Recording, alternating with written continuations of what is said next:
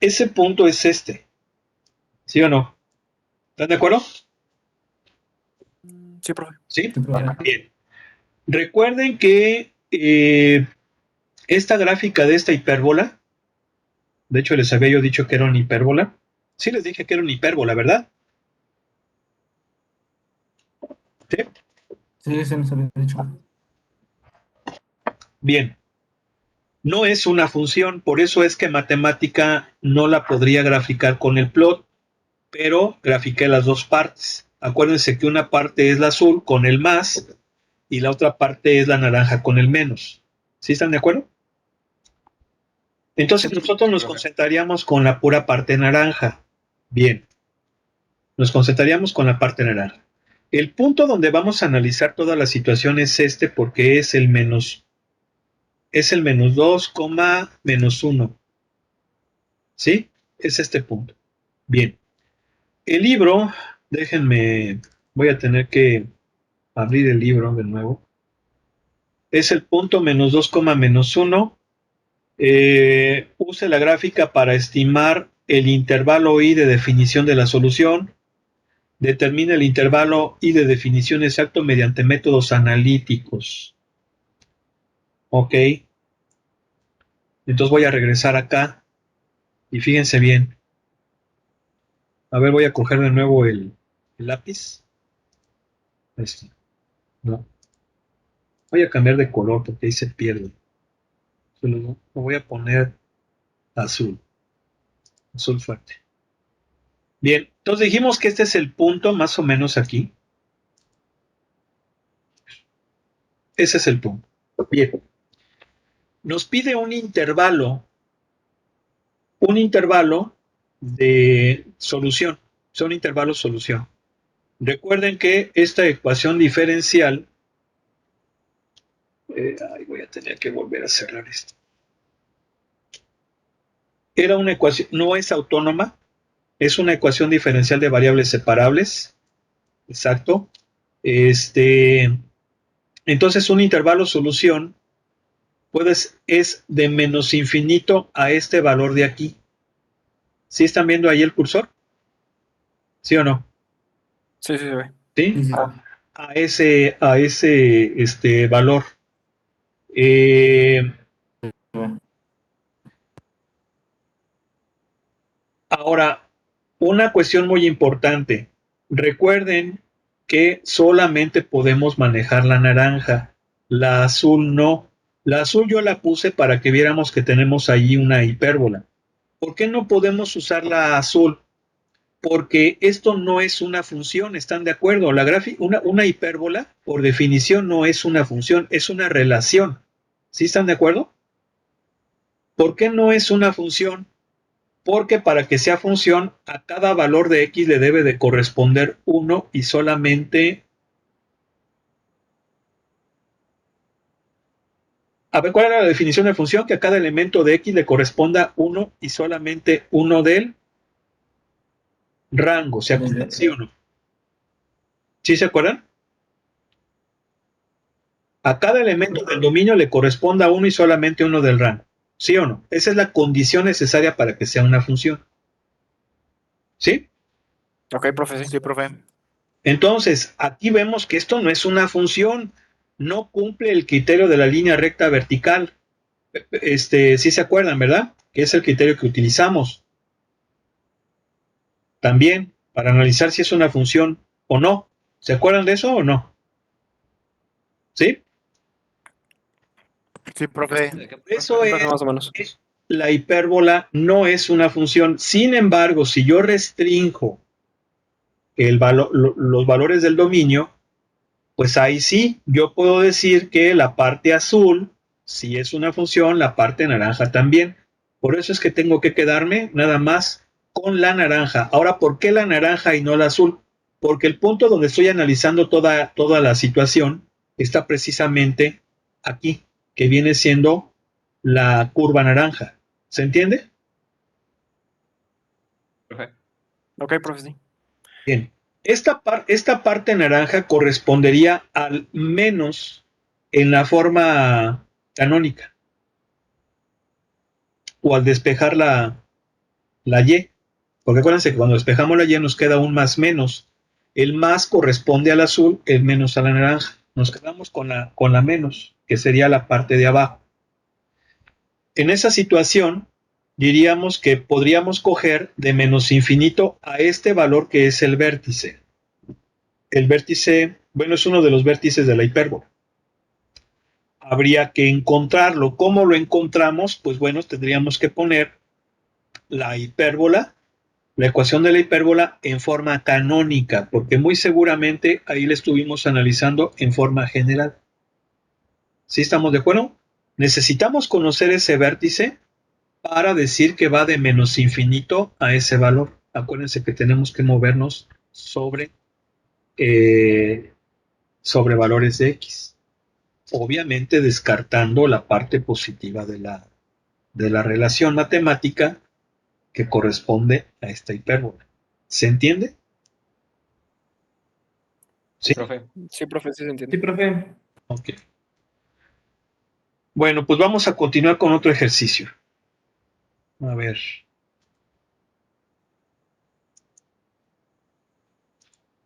Presentar esto.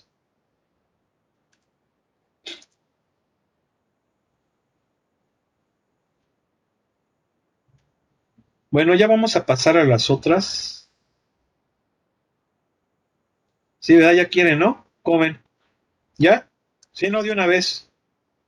Luego, Sí, profe, ya andamos aquí. Sí, sí. ¿qué dicen? Ya están bien fáciles esas de variables separadas. ¿Sí o no? Ahí más o menos, profe. Se lo entendí un poco. Bueno, vamos a pasar ahora a las ecuaciones diferenciales lineales. ¿Sí? Estas ecuaciones diferenciales lineales tienen esta forma. Hay que partir del hecho de que tenemos que tener bien claro cuál es la estructura matemática de las ecuaciones diferenciales lineales de cualquier orden. ¿Sí? Lineales. ¿Por qué se llaman lineales? Bueno, básicamente ya no voy a poner aquí el choro porque ya se los estoy hablando, pero esas ecuaciones diferenciales lineales de orden n tienen esta forma. AN x derivada enésima de y con respecto de x más a n menos 1 derivada en aquí es así, porque es derivada de orden n. Derivada enésima menos 1 con respecto de x más, perdón, aquí me faltó an menos 1 de x más an menos 2 de x derivada enésima menos 2 de y con respecto de x más un chingo más a1x derivada de y con respecto de x, voy a continuar acá abajito, más a0 de x derivada de orden 0 de y con respecto de x, que básicamente es la función. ¿Estamos de acuerdo? ¿Sí o no? ¿Sí? ¿De ¿Sí? acuerdo? Sí, profe. Igual a f de x. ¿Sí? Esta es una ecuación diferencial de orden n lineal. Ya lo habíamos visto anteriormente. A ver, déjenme darle el paso a este contexto. Bien.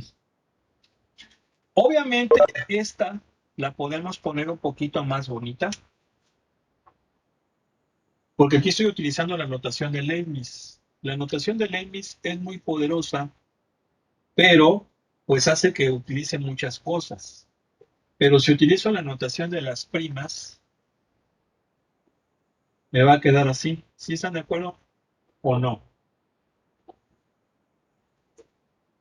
Derivada de orden n-1 más an-2, derivada de orden n-2 más un chingo. ¿Quién va aquí en el chingo? Pues obviamente la de n-3, n-4, n-. ¿Sí se entiende o no? Sí, profe. Sí, profe, sí. Hasta llegar a la penúltima, que es la de derivada de primer orden. La última, que es la derivada de orden cero. Recuerden que la derivada de orden cero es propiamente la función. ¿Estamos de acuerdo? ¿Sí o no? Vale. Sí, sí, profe. Bien. Obviamente aquí, pues esta debida haber comenzado un poquito acá. No le medí bien. ¿Están de acuerdo, verdad? ¿Sí o no? ¿Sí? Profe, fue un poquito. Pues, esta es lo mismo. Esta está con la notación de Leibniz, esta con la notación de las primas, que también se le llama notación de Lagrange. Bien. Estas son ecuaciones diferenciales lineales de orden n. ¿Qué características tienen? Bien. Primero que nada, es una suma algebraica de términos, obviamente. Una suma algebraica de términos, es lógico.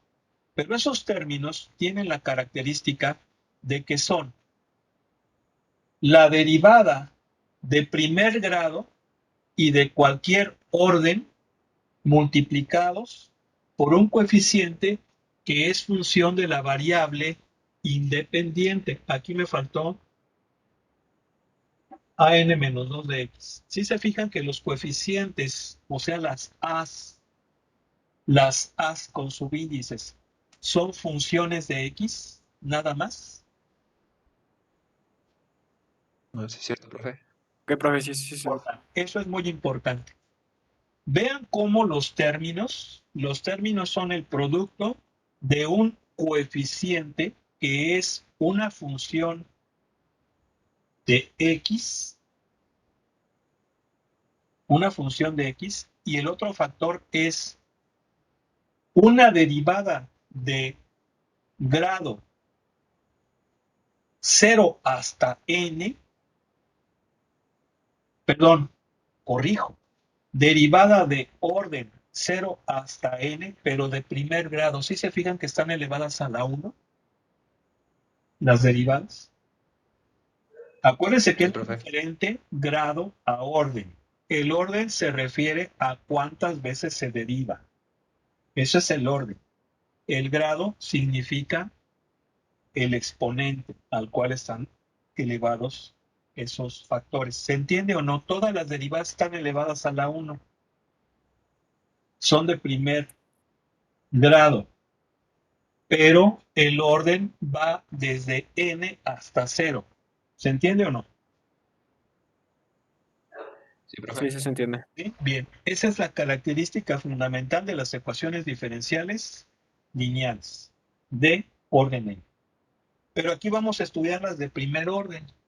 Entonces, las ecuaciones diferenciales de primer orden van a ser así: A1x y' más A0 de x y igual a f de x. ¿Sí están de acuerdo o no?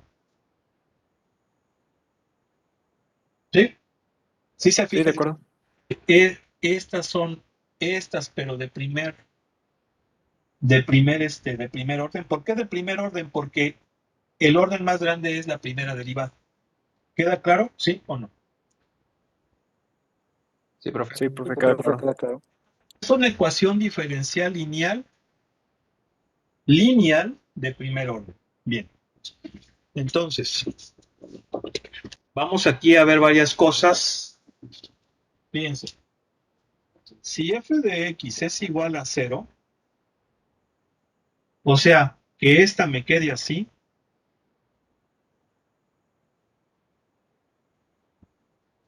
¿sí? Se dice que esta ecuación es una ecuación diferencial lineal de primer orden, pero homogénea. O sea que cuando están igualadas con 0, se dice que son homogéneas. En caso contrario, se dice que son no homogéneas, obviamente. ¿Cuál es el caso contrario? Pues cuando f de x es una función de x, pero que no es la función constante cero. ¿Sí? Función constante cero. Es decir, que si aquí es igual a 2, ya no va a ser homogéneo. Puede ser una función constante, pero si es igual, esa constante igual a cero, ya va a ser homogéneo. ¿Sí? ¿Se entiende? Solo y únicamente en cero, profe, perdón. Solamente en cero. Si está igualada con cero, se llama homogéneo. ¿Ok? ¿Sí o no? Se llama no. Vale, Sí, profe. profe. Bien. Ok. Entonces, esta es una cosa importante. ¿Qué vamos a hacer ahora? Vamos a expresar esta ecuación diferencial en forma estándar o canónica, que también se le llama. ¿Cómo es la forma estándar? Bueno, en matemáticas hemos utilizado la palabra forma general, bueno, la expresión forma general, forma canónica o forma estándar. La forma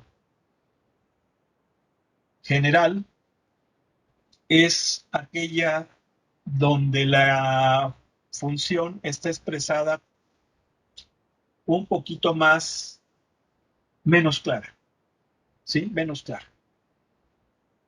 La forma canónica ordinaria es aquella donde expresamos esa función de forma más clara, más transparente, fácilmente identificamos muchas de sus características. Esto ya lo hemos hablado, por ejemplo, cuando les platiqué lo de la hipérbola, lo de las cónicas que vieron en geometría analítica, su clase de cálculo vectorial. Ahí se analizan las formas generales y las formas ordinarias o canónicas, por ejemplo, de las superficies cuadráticas. Eso hay que entenderlo muy bien.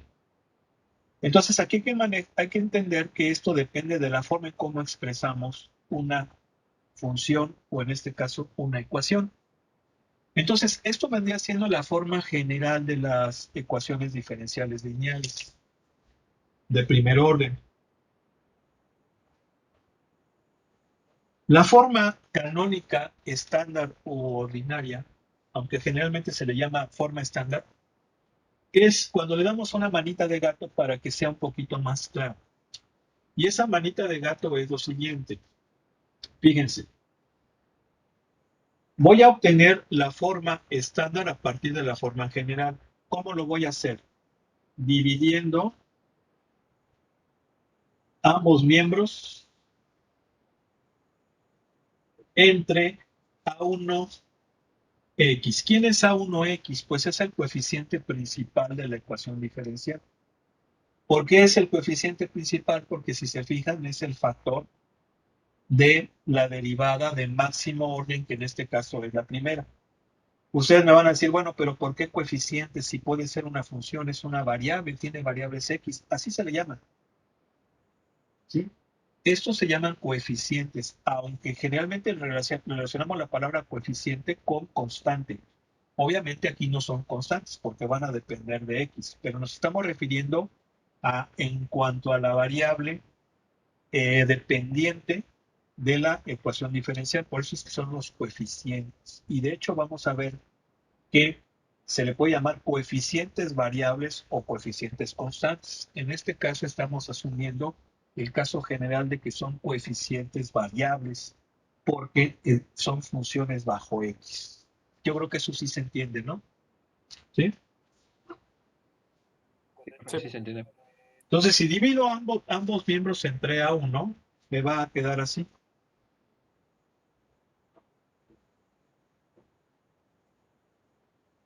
¿Están de acuerdo?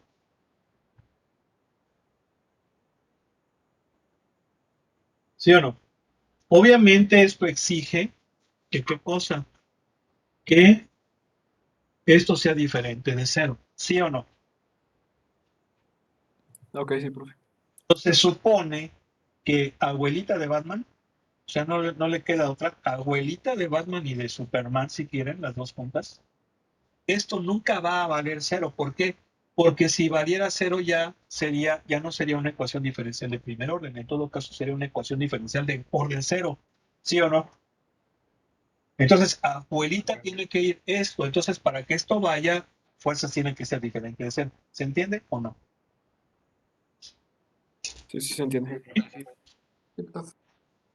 Entonces, esto que yo tengo aquí lo voy a expresar de esta forma.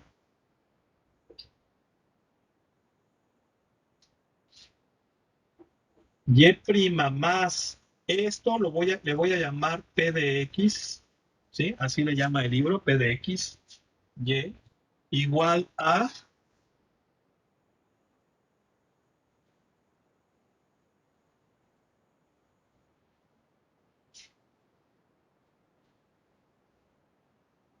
bueno, fíjense bien, aquí les voy a explicar algo.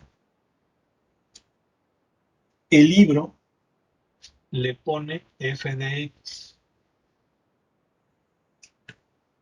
Como lo estoy explicando yo, no le puedo poner F de X porque F de X ya la usé al principio para definir a lo que esté evaluada la ecuación diferencial.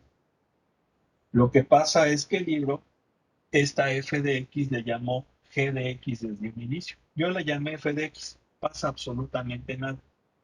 ¿Están de acuerdo que las variables son mudas? ¿Sí? Sí, Sí, sí. profe, sí. ¿Estoy diciendo o no? Yo tengo duda de a qué se refiere con mudas. Con mudas es, por ejemplo, que esta función son lo mismo. Da lo mismo si la pongo como X, T o S. Ah, ok, ya. ¿Sí? Ya lo entendí. Por ejemplo, una fórmula de física que es una ecuación cuadrática. Altura igual a velocidad inicial por tiempo al cuadrado menos gravedad por tiempo al cuadrado sobre menos gravedad por tiempo sobre 2. ¿Están de acuerdo que esa es una fórmula de física, sí o no? Sí, profe. Sí. Yo les doy, por ejemplo, los datos de la altura, de la velocidad inicial y de la gravedad y les pido que calculen el tiempo, van a aplicar la fórmula general, ¿no? ¿Sí o no? Sí, profe. Pero la fórmula general está con X menos B más menos raíz de B cuadrado. Bueno, pero vamos, la fórmula general sale de esto. ¿Sí o no? ¿Están de acuerdo que la fórmula general sale de esta ecuación cuadrática? ¿Sí o no? Y De acuerdo, profe. esta está bajo X y esta está bajo T. La pregunta es, ¿me va a servir la misma fórmula general? Sí, ¿por qué? Porque las variables son mudas. El decir que las variables son mudas depende del contexto en que el científico, el ingeniero, el tecnólogo, el estudiante le quiera dar. Esta es una ecuación cuadrática traducido al lenguaje físico obedeciendo la nomenclatura universalmente aceptada para física, donde la altura es con H, el tiempo con T, la velocidad con V y la gravedad con G. Se ha establecido esa nomenclatura por tradición o por convención internacional. Entonces, significa que la variable independiente es el tiempo, la variable dependiente es la altura. Y entonces significa que la T viene siendo la X y la H viene siendo la Y. Es decir, en un lenguaje matemático siempre decimos que X es la independiente, la Y es la dependiente. Pero traducido a un lenguaje de física, a un lenguaje de manufactura, a un lenguaje de otra rama de la ciencia o de la ingeniería, esas cosas pueden cambiar. Por ejemplo, Un ingeniero industrial que analiza la producción de la fábrica de donde es gerente, lo va a poner así: la producción función del tiempo. Entonces la variable independiente es el tiempo y la dependiente es la producción, que le está llamando P. Esto significa que T es el equivalente a X y la Y es el equivalente a P. Por eso es que las variables son mudas. A eso se refiere. ¿Queda claro? Sí, ya me quedó claro, gracias. Es ok. Entonces, el libro, a ver, voy a borrar esto.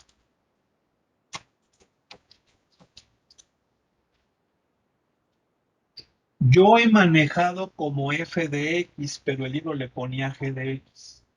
Por eso es que el libro ya en este punto, en vez de f de perdón, en vez de g de x le pone f de x. Pero como yo lo estoy explicando, yo no podía manejar f de x porque esta f de x que pone el libro, para la forma como lo estoy explicando yo, es f de x sobre a1 de x. No sé si se entienda esto. Sí, profe. Sí, profe, Sí, sí se se entiende. entiende. ¿Por qué? Porque el libro a esta f de x que yo la puse así, le llamaba g de x. Entonces, en el procedimiento del libro sería g de x sobre a1 de x. Ahí sí vale que le ponga f de x, pero yo ya no, porque esta f de x va a ser diferente a esta. ¿Se entiende? Ah, sí, sí se entiende. Sí, profe, se entiende. Ahora, ¿qué es lo que va a pasar? Que yo tengo que respetar como lo está haciendo el libro. ¿Por qué? Porque las fórmulas que vienen las va a poner considerando esto como f de x. Entonces, para evitar problemas, se los estoy explicando y les voy a poner aquí que así lo pone el libro, porque usó g de x y yo, bueno, y Paulo usó f de x. ¿Se entiende o no? Sí, profe. Sí, sí se entiende. Vamos a usar esta. Pero ya todo lo que expliqué está bien. Está bien. ¿Sí se entiende o no? Pero tengo que hacerlo así porque las fórmulas que vienen, el libro usa esto. ¿Quedó claro? Sí, profe, quedó claro. Sí, profe, quedó claro. Y entonces ahorita les comparto precisamente eso que les estoy diciendo.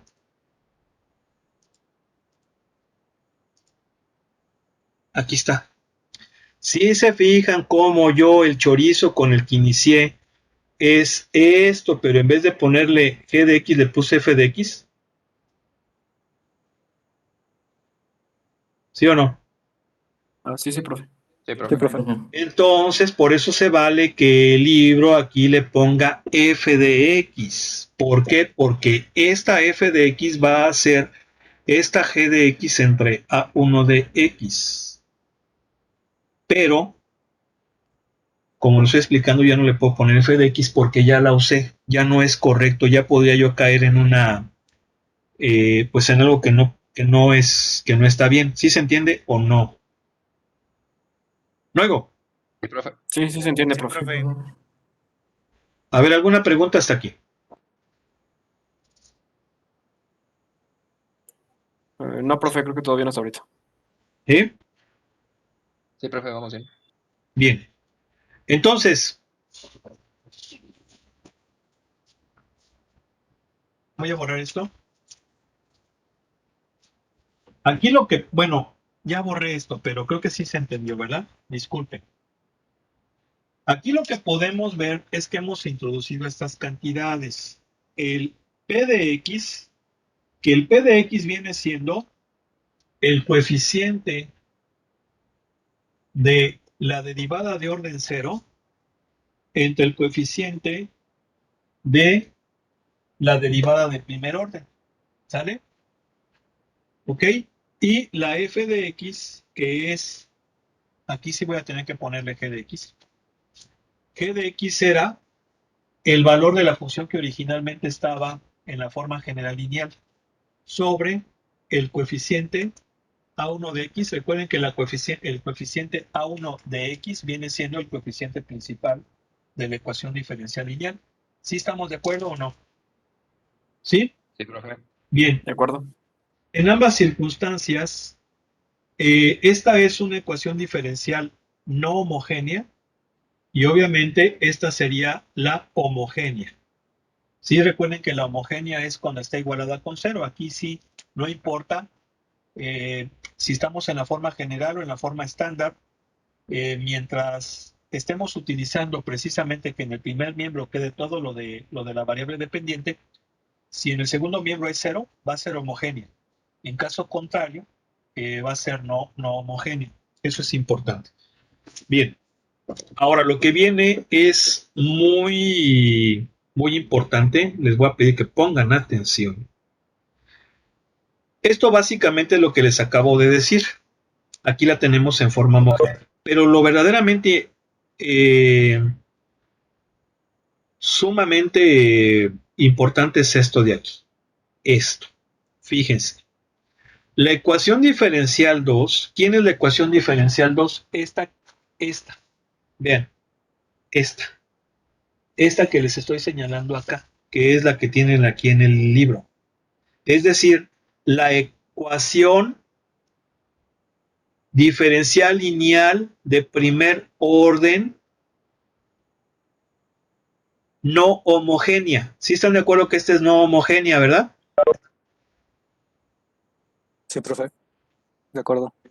No lo olviden. Lo que le estamos llamando 2 es la ecuación diferencial lineal no homogénea de primer orden. Bien, entonces dice, la ecuación diferencial 2 tiene la propiedad que su solución es la suma de dos soluciones. Esa solución que les llamamos Y va a ser igual a una Y subíndice C más una solución Y subíndice P, donde Y subíndice C es una solución de la ecuación diferencial lineal homogénea de primer orden asociada a esta que es no homogénea. ¿Sí se entiende eso?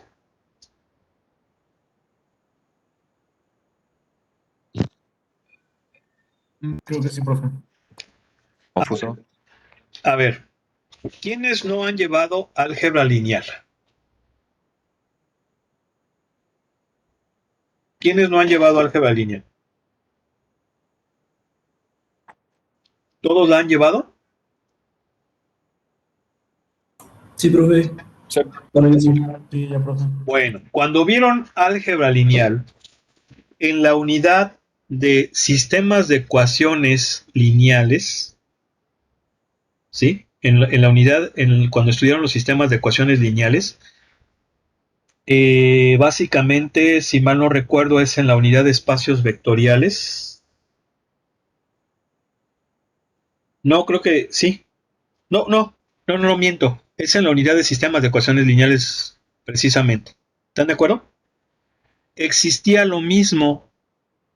Sí se acuerdan que ahí se veían los sistemas de ecuaciones homogéneos y no homogéneos, ¿sí o no?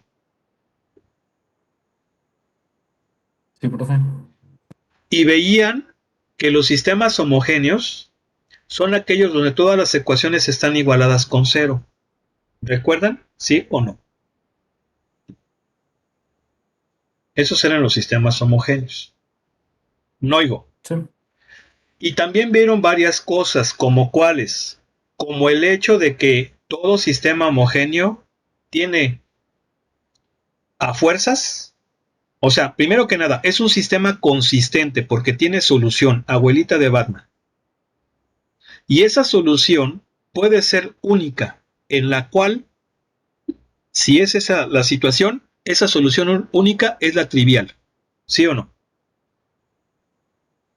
Ok, profe. Pero también puede tener infinitas soluciones, en cuya situación la solución trivial va a ser una de esas infinitas que tiene. Ahora, para que ese sistema de ecuaciones lineales tenga solución única, que es la trivial, se necesita que, bueno, una condición necesaria y suficiente. Bueno, una condición necesaria, vamos a dejarlo ahí. Una condición necesaria es que tenga, a ver, no, sí va a ser suficiente. En este caso sí va a ser suficiente. Que tenga el mismo número de ecuaciones que de incógnitas, ¿sí o no? Claro, expresado de la forma más simplificada. ¿A qué me refiero en la forma más simplificada? Que se le haya aplicado, por ejemplo, el método de Gauss y quede en forma escalonada reducida. ¿Sí se acuerdan o no? En esas circunstancias va a tener solución única, que básicamente consiste en decir que tiene el mismo número de ecuaciones que de incógnitas, ¿sí o no? Sí, profe, sí recuerdo. Bien, si ese sistema no cumple esa característica, es decir, que tenga más incógnitas que ecuaciones, o al revés, va a tener infinitas soluciones. Esto se relaciona mucho con el tamaño de la matriz de coeficientes. Si la matriz de coeficientes es cuadrada, y claro, ya al aplicarle Gauss-Jordan queda perfectamente escalonado reducido, tiene solución única, pero si no queda escalonado reducido, tiene infinitas soluciones, donde una de ellas, de esas infinitas, va a ser la solución trivial. ¿Recuerdan eso? Sí. Ahora, en el caso de los sistemas de ecuaciones, vieron exactamente esta misma fórmula. La solución de un sistema de ecuaciones se puede plantear, bueno, más bien no se puede plantear, es igual a la solución particular de ese sistema más la solución del sistema homogéneo asociado a dicho sistema no homogéneo. Esta característica se podía ver muy bien en los sistemas que tenían infinitas soluciones, porque en los que tenían infinitas soluciones, si ustedes recuerdan, podíamos arreglar esa solución de tal manera que existía un vector columna multiplicado por un parámetro más un vector columna. Entonces, ese vector columna solito era la solución particular y la solución del sistema homogéneo asociado es aquel que va multiplicado por el parámetro, porque es el que va a tener infinitas soluciones y del cual saldría la solución trivial si es que fuera esa la situación. ¿Sí se entiende o no? Sí, profe. En caso Sí, de profe, que sí, el sí. sistema sea no homogéneo, acuérdense cuando vieron esta, en caso de que el sistema de ecuaciones sea no homogéneo y al aplicarle Gauss quede en forma escalonada reducida, significa que tiene solución única. Esa solución única va a ser un vector columna en el caso de los sistemas de ecuaciones más la solución trivial, que es de puros ceros. Es decir, aun cuando la solución única se sigue cumpliendo esa propiedad. Nada más que en esas circunstancias la solución del homogéneo será trivial. En el otro caso eran infinitas soluciones y era la que se podía parametrizar. Yo espero que todo eso lo hayan entendido cuando llevaran esa hermosa materia de álgebra lineal.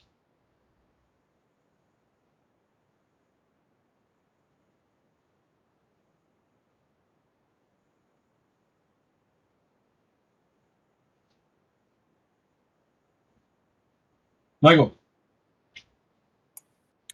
Sí, profe, lo recuerdo más o menos.